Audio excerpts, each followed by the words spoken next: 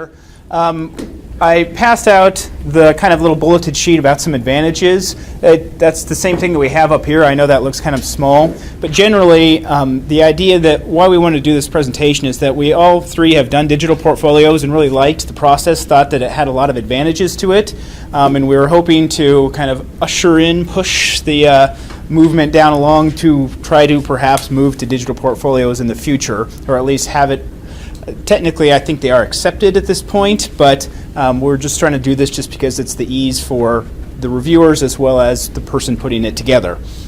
So we have a few things up here, and we'll be going over a lot of these as we move forward here.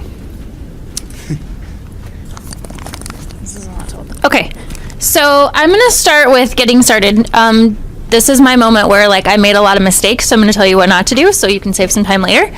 I just selected in mine, so the cover page was just a generic cover page that Word has. I'm not super artsy or creative that way, so if you are, that's one way to kind of make your portfolio your own, is to kind of select maybe a different one or make your own, but I just selected the generic one that I thought was kind of Clarkson Colors. The headings. So to make your table of contents would probably be the second page in your document. To make your table of contents, you'll use different headings. So you'll use heading 1 and heading 2. Here's what I did, and you should not do it this way. I went through and made all my headings, and then I started writing. But if you ever click back on that and maybe enter down a space or enter and add an image, then that becomes heading 1 also.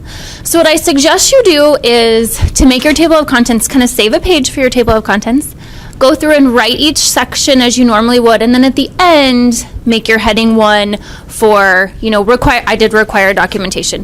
Heading 1 again would be Chapter A, Teaching Excellence. So then your table of contents is consistent with the wording that you've used, and you don't have a bunch of errors in your table of contents. So I just used heading 1s for the major points required documentation, teaching excellence, scholarly activity and service, and then I use heading 2 for all of the subsections under those. So I only really used 2 headings. Pagination, we want to make sure, this was really easy. I kind of just picked a theme that was consistent with the cover page and overall sort of theme to my document. It had the last name and then the page number, so reviewers could very easily, if they needed to go back and check a section, they could very easily flip to the section or the page number that they needed. Also, when they are reviewing, if you do have your page numbers listed, it's easy for them to make some comments about this page was very clear, or this piece of evidence maybe I was confused about. If they have comments on your document, rather than you looking at a section and trying to kind of guess what piece of evidence they were looking at or referencing, they can be a little bit more specific in that. The page breaks, we just want to make sure it's easier if you have a page break at the beginning of each section. So you have a page break at the beginning of your teaching excellence narrative, then you have maybe a page break at the beginning of your methodologies, at the beginning of your methodologies evidence, so that as you go through and add narrative to your portfolio, or you go through and add evidence in, it does not mess with the formatting for the rest of your pages. So you don't have to go through and then okay, I have to enter down, so the beginning of every chapter is at the beginning of a page. If you just insert your page breaks to begin with, it saves you time later when doing your formatting. I did after each of my, after each of the narratives, I did a bulleted list of evidence. So it just says effective teaching methodologies evidence. As evidence, you will find the following examples, and then I bulleted each of the examples. So the reviewers could go very easily from the narrative to this is the bulleted list of examples, and then I usually had a little comment box that I inserted before each piece of evidence, so they could very easily kind of justify I could very easily justify each of the areas that I was proving as I went through my portfolio. This is just a generic one from Word that I selected. I just made sure to use the same exact one throughout my portfolio for consistency.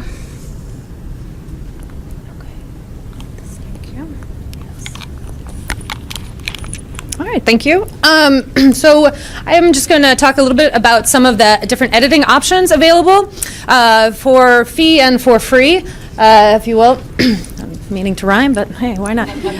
So I personally used a tool that I use in a lot of my online class, or to create a lot of materials for my online classes, which is called Snagit. I bought it as a package with Camtasia, and yes, I use it constantly, even in explaining things to colleagues over emails, anything. It's very handy. But it is I can't remember how much it is. That's what I was thinking too. And They've just upgraded it to, or added a bunch of stuff. oh, very good. Very good. Very handy. Very handy. So it's very good. So you could see Katie had the example of that nice blue banner that she used to sort of give a quick summary or précis of the evidence that she was including. I used these little starbursts. And you can do these in Word, but you can also do these in Snagit. You get all sorts of different options for providing little comment bubbles, if you will. For adding them to pictures as well as to then Word documents and things. Snagit also has options for putting arrows, highlighting, blurring, and erasing, which is very handy. I'll talk about that in a moment. And then there's like a ton of other options. You can kind of see here just all sorts of different things that are available to you. However, and CTE has Snagit on all of their computers. So if you want to use it and don't want to pay for it, that is an option as well. If you want to use a free tool that we all have access to currently, is the snipping tool in Word. If you pull up Word and just hit the the search function and start typing an S, it's usually like the first tool that pulls up is the snipping tool. Oh, in Windows, thank you. Sorry, awkward girl. Thank you, yes. And so I haven't used it too much, really just for this presentation to show the difference. It has some of the nice features, such as the highlighting, the erasing, and a nice pen, which if you're not at all artistic like me, is a little bit difficult, but that's okay. So you can see they have options, nowhere near as many, but certainly enough to where you could easily do something like I did there with the snipping tool. Yes? When I upgraded my computer, I got the new version of, I can't even think of what it is. The pad,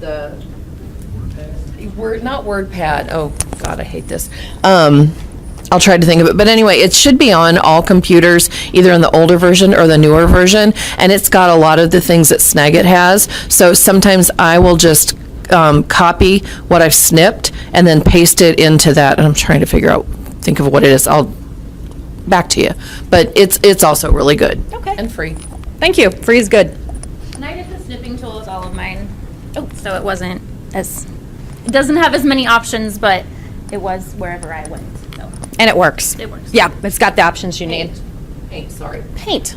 Very good. Thank you. Thanks, Liz.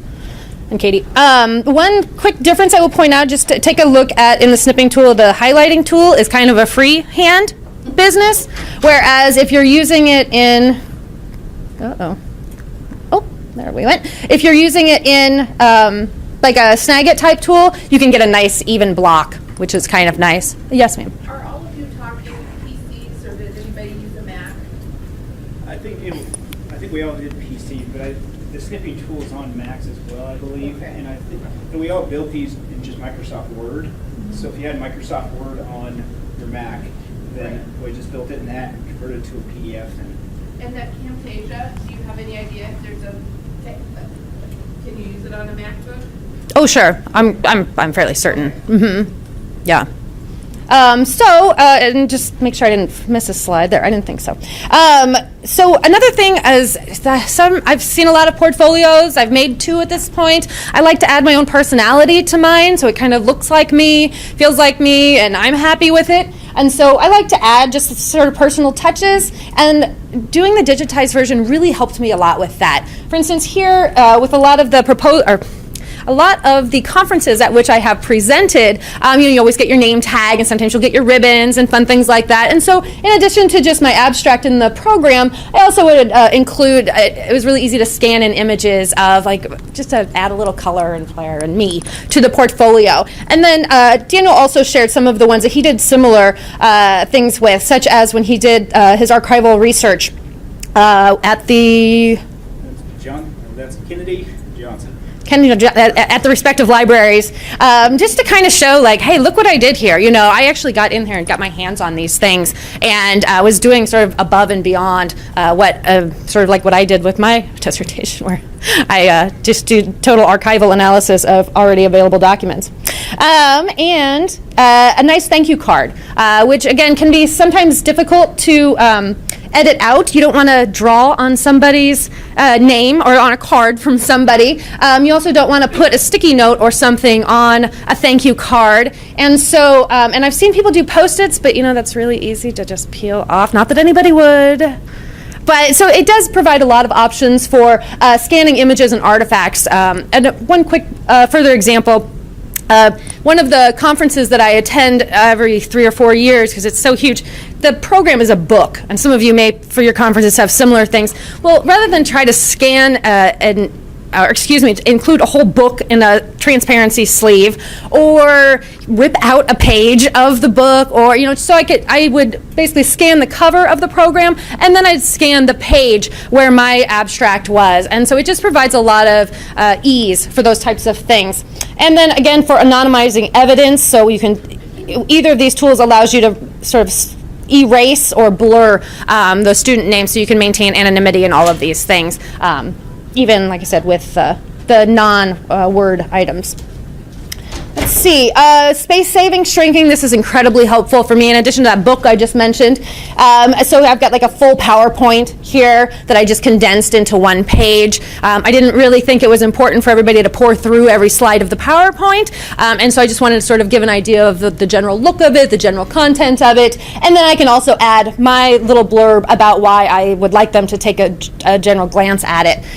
It's the same with like a big Excel spreadsheet. Rather than trying to include that and anonymize a column, it's really easy for me to take a screenshot of it, blur out the names that I don't want anybody seeing, and then provide a glimpse at a rather big thing. And then, as Dana was alluding to at the start of the presentation, it's really nice for reviewers. I was able, Dana was kind enough to review my most recent portfolio for me, and it was really nice just to be able to send him a Word document. And so he was able to review that, and then he could actually do the track changes and the comments, which I may steal your thunder a little bit, sorry on that. And you can submit it as a flash drive. Sorry, my thing isn't cooperating. I'd love to get to a point where we just hand off flash drives rather than hand off big or bulky portfolios. But again, you can save it as a PDF and then you have it forever, which is nice, especially if something happens. Like there was a horror story from right before I arrived where someone's got lost. Some reviewer took it home and it disappeared. Can you imagine putting all of that work into something only to have it disappear?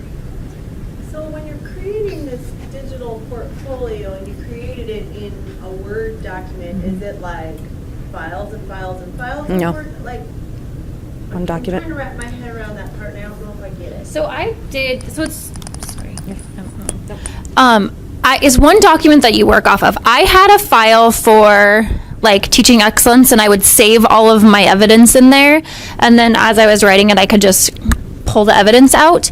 But when I like went to submit it, print it, it was just my one Word document. Were you taking, like, you had your narrative, were you taking like a screenshot of that and pasting? No, I was typing the narrative. Anything that was written was in Word. Like I typed my narratives in Word. I typed all of my comment boxes. That was all typed in Word. Does that help? I can show you mine real quick on here if you'd like. I don't know if that. Sorry to interrupt that. Did you guys, did you guys submit yours, or did you submit a hard paper copy? The ones you're seeing today. To your- Mhm. As far as I know, we're all still submitting binders. There's no current option for submitting a PDF or a flash drive currently. Is there any plan to go to use the portfolio function in Canvas? These have all been discussed as recently as Faculty Senate, to my knowledge, the October Faculty Senate, but not a lot of forward movement. Yeah, I have a small update on that. Yeah, I was just talking to Kristen Villarreal, and she said that it won't work because the way you can type into there, but when she went to add her evidence, you had to upload it as files, and then if somebody wanted to look at it, they had to download every single one of your pieces of evidence, and so she thought it probably was going to be impractical. I don't know anything about it, but that's what she shared. That's interesting. I did a portfolio for my EDD in Canvas, and I must just not have had to add as much evidence as, well, there's no way I added as much evidence as I did in my portfolio for rank. So, I just took a picture of my letter of eligibility, and, sorry, I just took a picture, and then added that in there. I'm sorry to steal your thunder. And so I typed that in Word. That's going to be my heading. That's heading number 2. And then you could paste in your picture. And then as you move down into your more narratives, I could type my narrative in here. I have my 3 headings, 1, 2, 3, that will then automatically generate when you insert a table of contents. And then I typed out my narrative, my bullets, like Katie did. And then evidence, this is just basically a picture. It's a screenshot, and then I used Snagit to make a little caption and to highlight the things that I wanted to highlight specifically in there, so that I could do that. Yep, and then I just converted this to a PDF, and that's what went to the printers. Where do I? Can I ask you one other question? Sure. Ballpark pricing? Sure, I will have that. It was yes. So how do I slide you? Oh, this little guy here should do it. Thank you. Yep. Okay. Great questions. We knew there'd be a lot, so we kind of timed it 4 questions, so please keep them coming. I did reach out to marketing regarding the use, as you may notice with the portfolios you're seeing, we did use logos from the college. Like, why not, right? So in marketing, I reached out to them, and they were kind enough to give us their zip file of logos and use. And I placed that on the N drive under Faculty Senate, Personnel Committee, Rank and Promotion, and then that zip drive, or zip file, excuse me. He did say that Nicole is working on a Word and PowerPoint palette for the colors and that type of thing, so that we're actually really in line with our marketing department. That is forthcoming, though, as early or as late as last week, I think I reached out. So look for that in the near future. There's information on SharePoint about under the marketing department, about the logos. It gives you examples of them all that you can use the snippet tool, but it also has the color schemes for the college.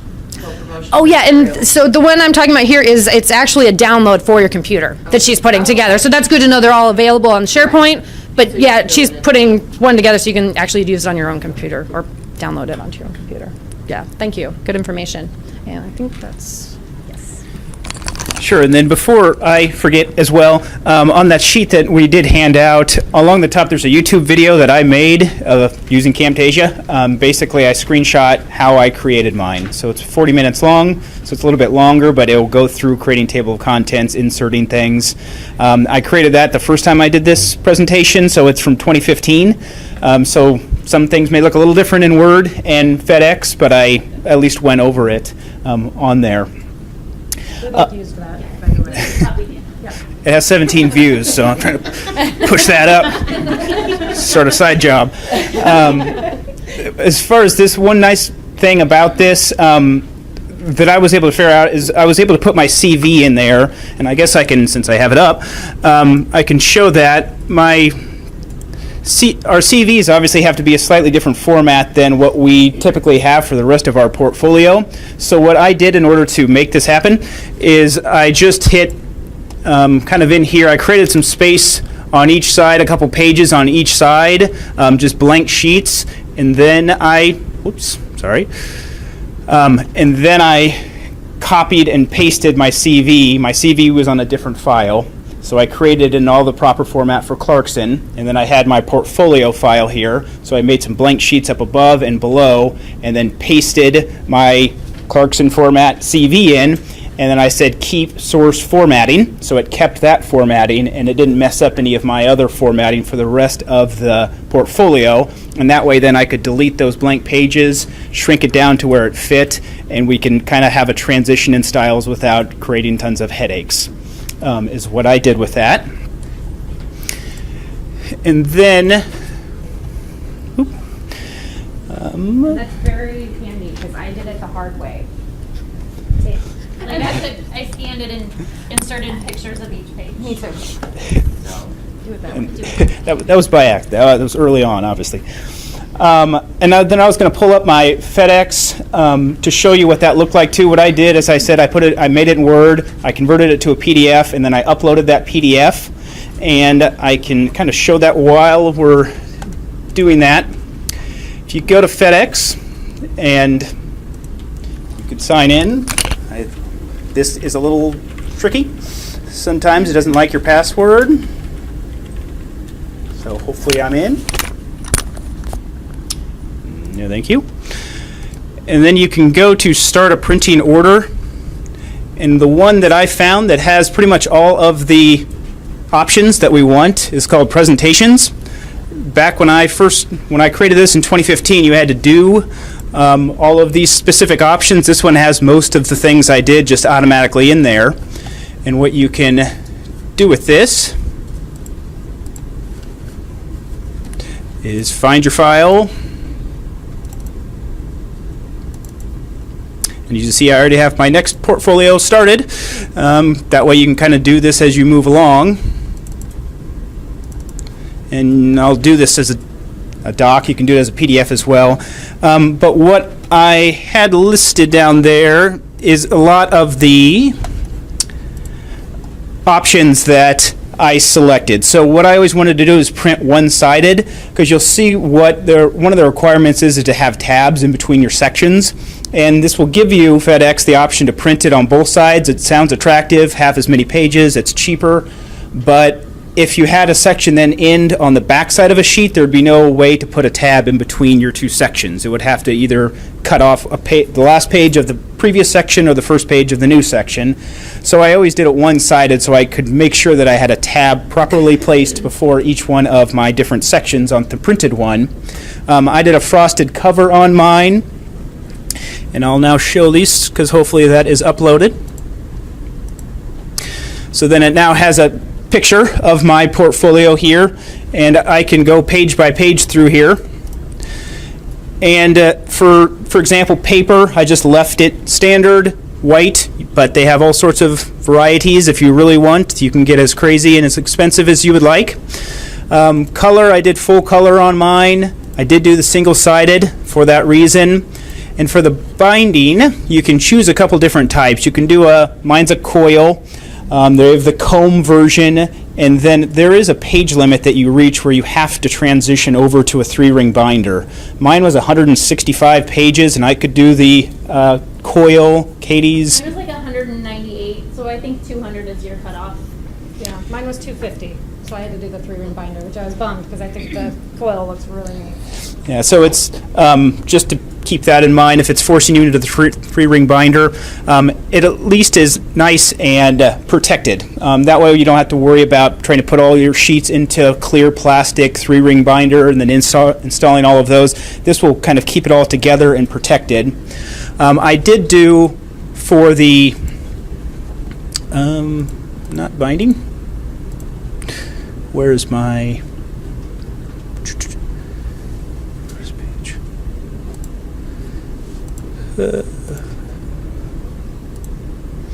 There we go. You can choose different front covers, and I did the frosted cover on the front there just to kind of give it a little protection to it. It looks a little bit fancier, I guess. But that way my first page would be behind this protected frosted cover, and the back page I have is black vinyl there. All these are automatically selected conveniently now if you choose the presentation type of option. So you don't have to worry about all of that. But with this then you can go into tabs. And so here, this gives you the option of where you want to add a tab. Looks a little bit different now, but if you wanted to add a tab before your eligibility, you can just click there. I don't need that. You can click before that, and then you can say what that is. You could say your time accrual, and it will, I'm trying to type one-fingered, but it will then put a tab in that place.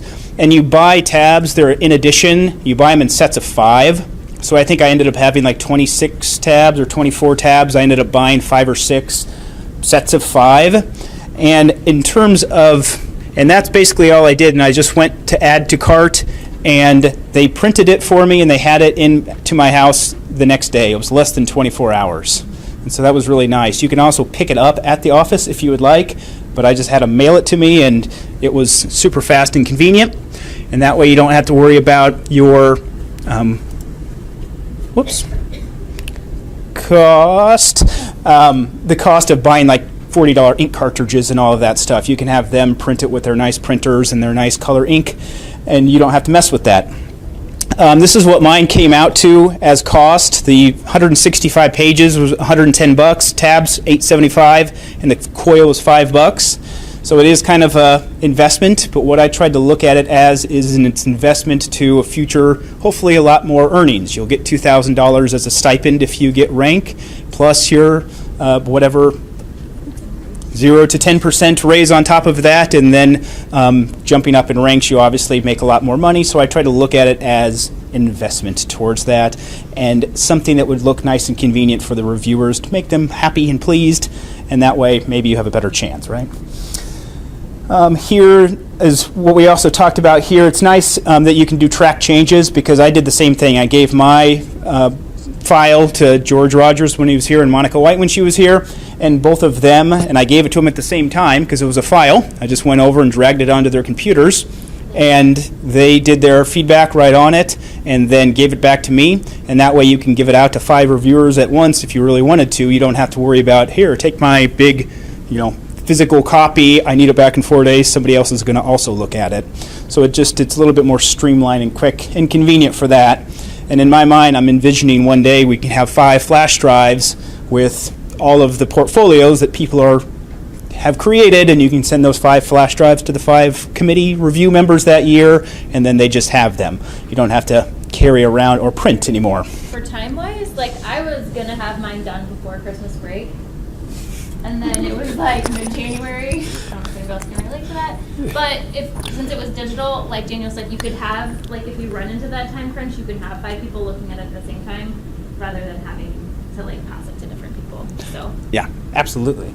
And then the nice thing again, so this is I did track changes, and then for the person who they did the review for, then you could just go in and you can accept those track changes if you want. You don't have to go, okay, they said this on page 4, let's go to page 4 and insert that period here. You could just say accept changes, and it's updated. It's all done. The reviewer helped you, and you didn't have to physically do that yourself. So it's kind of time saving in that sense as well. And I think we mentioned again, it's nice to have a backup. If you only have one physical copy, it's a lot of your life is on the line with just that one big bulky binder, but now we can have nice backup. You can lose yours and you can print another one if you really needed to. So it's just gives you that extra reassurance. And my last thought was just, again, look at it as an investment, and it's just, I thought it was easier. I would agree with both of those points. I would also add that there are resources available to you. The Personnel Committee does offer review of portfolios up till a certain date, which is not expired if any of you are going up this year. Also, the Writing Lab is able to help anybody at the college. So don't be afraid because your faculty or staff for that reason, to visit the Writing Lab. We do have at least one instructor who likes to bring their syllabi down to the Writing Lab to make sure everything makes sense from a different point of view. Certainly some of our faculty and staff who are completing advanced degrees use the Writing Lab. So in other words, don't be afraid to use the Writing Lab. They are here for all of us, and they're all graduate, master's, and PhD prepared. So they're happy to help you. They're all very nice. I would agree with that. I, too, found it was easier. I could just take my little jump drive wherever I was, like if I was at home working on it or at work, I didn't have to just go to work and work on it or whatever. And then just if you have questions and you are interested in it, just grab one of us because we're more than happy to help you get it started. Or if you have questions on how you inserted something or whatever, just let one of us know. Other questions? Yes, and you can definitely come find any of us. If you're like, my table of contents looks crazy, we will come help you out. Yeah, I remember one point I forgot to make. When those starbursts that I did, and then you saw Katie's example of the blue banner, and Daniel also kind of had a blue banner. I used those a lot too to provide shout outs to my colleagues because most of what I do is not isolated on an island. Like me and this person created this document. Well, I might not have, sometimes I do mention it in my narratives, but sometimes it's just too cluttered in that narrative. If you've tried writing those narratives and being that succinct, it's very difficult. And so those shout outs are very helpful for saying, with the assistance of, Nancy McMahon, we created and turn it in PowerPoint to that kind of thing. So they enable you to not only provide a summary, but give the necessary credit where it is due as well. So you're not accidentally taking credit for, all of the work when you only did part of it or something like that. So I was trying to find, I had an example. I did that on one of mine here. Anyway, it was created by Monica White, created the actual form, but I wanted to say this is a form we use in our class that the students choose their organization that they volunteer with and they do their service hours. I could say, I didn't create this, so I didn't do any plagiarism or integrity violation, but could still use it as evidence. When you say that you inject like your personality and that, how far is too far? I mean, obviously you want this to reflect your professional work, your accomplishments and everything, but some of us are a little wacky. And that's part of who we are as educators. And so how much is too much? What do you recommend? I recommend trusting your intuition. We're all professionals in this room. We've all made it this far, so, right? I don't know. I would want to see Liz when I read your portfolio, and I would think it would be strange if I didn't see at least one reference to, I don't know. Tampa Bay Lightning winning the Stanley Cup. Right? There's nothing, wrong with using analogies and, in your narratives or putting, I've seen recently, I was reviewing a colleague's portfolio and such great teaching things, but they definitely brought their own personality and sort of vibe into their teaching, and that sort of really shined through. So I think it's a good thing as long as it doesn't become sort of off topic or something like that. You guys want to add? Yeah, that's what I kind of, George told me to take all of that out, and Monica told me to amp it up. So it's just right, that means. So, yeah, it's kind of, it's up to your discretion, I would say, but I know people like to see personality, I would say, but. Okay. And we're clerks in college. I mean, we're not, D1, R1, whatever. I mean, it's right, and we're not, and we're not all just people in our discipline reviewing our portfolio. We have very interdisciplinary review panel. So, you want to, I don't know, you want to kind of highlight a lot of different things that you might be able to take for granted if you had a more disciplinary or sole disciplinary audience. And that's the thing that the call-outs worked for, too, that on some of them that I reviewed, that they were able to say, okay, this is what that acronym stands for. I didn't use the full sheet, so you don't see where that started, but JCERT means yada yada, and that helped me. On your, when you took pictures of your name, band from the, did you use the phone to take that picture? Or did you I used the copier upstairs.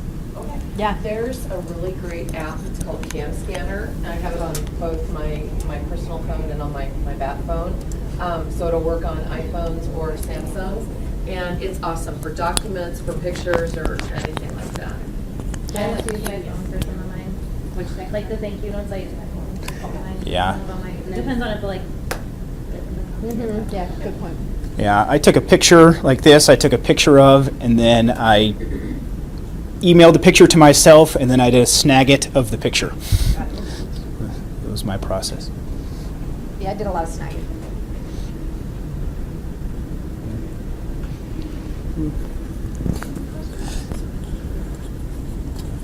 Oh, we're 2 minutes over, so good. Oh, whoops. Sorry. Thank you very much, everyone.